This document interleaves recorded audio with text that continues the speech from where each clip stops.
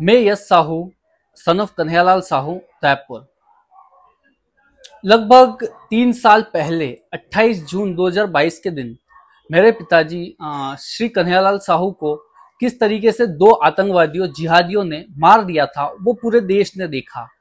और उसी घटना पर एक मूवी बनकर तैयार है जिसका नाम है उदयपुर फाइल, जो कि मेरे पिताजी के साथ क्या कुछ नहीं हुआ, किस तरीके से उनको मार दिया गया, किस विचारधारा के तहत उनको मार दिया गया कि जो लोग यहीं पर काम करते वो किस तरह पाकिस्तान से जुड़े हुए थे और वो पाकिस्तान जाकर ट्रेनिंग लेकर एक स्लीपर सेल बेस पे मेरे पिताजी की उदयपुर जैसे शहर में हत्या कर देते हैं। मूवी के अंदर वही सब कुछ दिखाया गया है। ये मूवी पहले 11 जुलाई को रिलीज होने वाली थी, जिस पर हाई कोर्ट दिल्ली ने बैन लगा दिया था 10 जुलाई के दिन ही। इसी वजह से ये मूवी रिलीज नहीं हो पाई थी।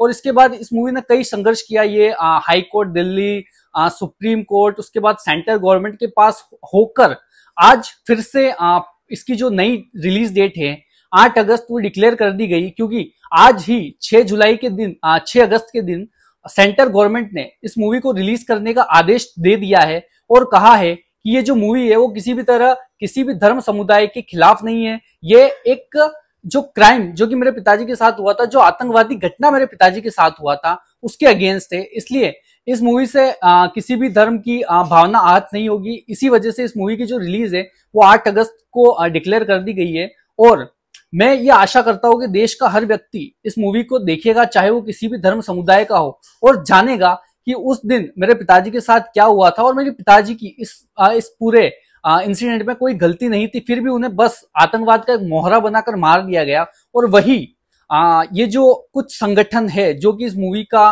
विरोध कर रहे थे, जैसे कि जमीयत उलमा हिंद, जो जिसने कई तरीके से इस मूवी को रोकने का कोशिश किया। इसके मौलाना अरशद मदनी, देश के सबसे बड़े वकील कपिल सिब्बल को लिया है, उन्होंने मूवी पर बैन लगाने की पिटीशन डाली। उसके बाद जब ये नहीं हुआ तो उन्होंने जो मेरे पिताजी के केस में पकड़ा गया आरोपी जावेद था उसको भी उसमें उतारा। वही जावेद जो इस ग्राउंड पर बेल ले रहा है कि मेरे घर में कमाने वाला मैं अकेला हूं, मेरे माता पिता अकेले। और उसको जब वो हत्या में शामिल था तब ये चीज याद नहीं आई, पर जब एक मूवी आने जाती है, एक सच्ची घटना पर आधारित मूवी जब पूरे देश के सामने आना चाहती है, तो ये जो मदनी जी है और ये जो जावेद है ये एकदम से आ जाते हैं। और इनके इसी के लिए देश का सबसे बड़ा वकील, जो कि शायद 25 से 30 लाख रुपए हियरिंग पे लेता है, वही जावेद पहुंच जाता है जिसके घर में कमाने वाला कोई नहीं है। तो ये बहुत ही सोच विचार वाली बात है। और यही जो संगठन है जमीयत उलमा हिंद, ये हर बार इस तरीके की जो घटनाएं होती है आतंकवादी जिसमें शामिल होते हैं उनको बचाने का काम करता है। जैसे कि कमलेश तिवारी हत्याकांड में इन्होंने लीगल एड प्रोवाइड की थी, चाहे संकट मोचन बम धमाका हो, ऐसे 700 प्लस केसेस है जिसमें इसी संगठन ने लीगल एड प्रोवाइड की है। तो इस तरीके के जो भी संगठन इस तरीके के कार्य करते हैं उनको सोच विचार करना चाहिए कि वो लोग क्या कर रहे हैं देश के अंदर। और मुझे उम्मीद है कि देश का हर व्यक्ति इस मूवी को देखेगा और हमारी न्याय की लड़ाई में हमारे साथ खड़ा होगा। और जिस तरीके से मेरे पिताजी को मार दिया गया वो आगे किसी के साथ भी ना हो, इस चीज की सीख भी लेगा।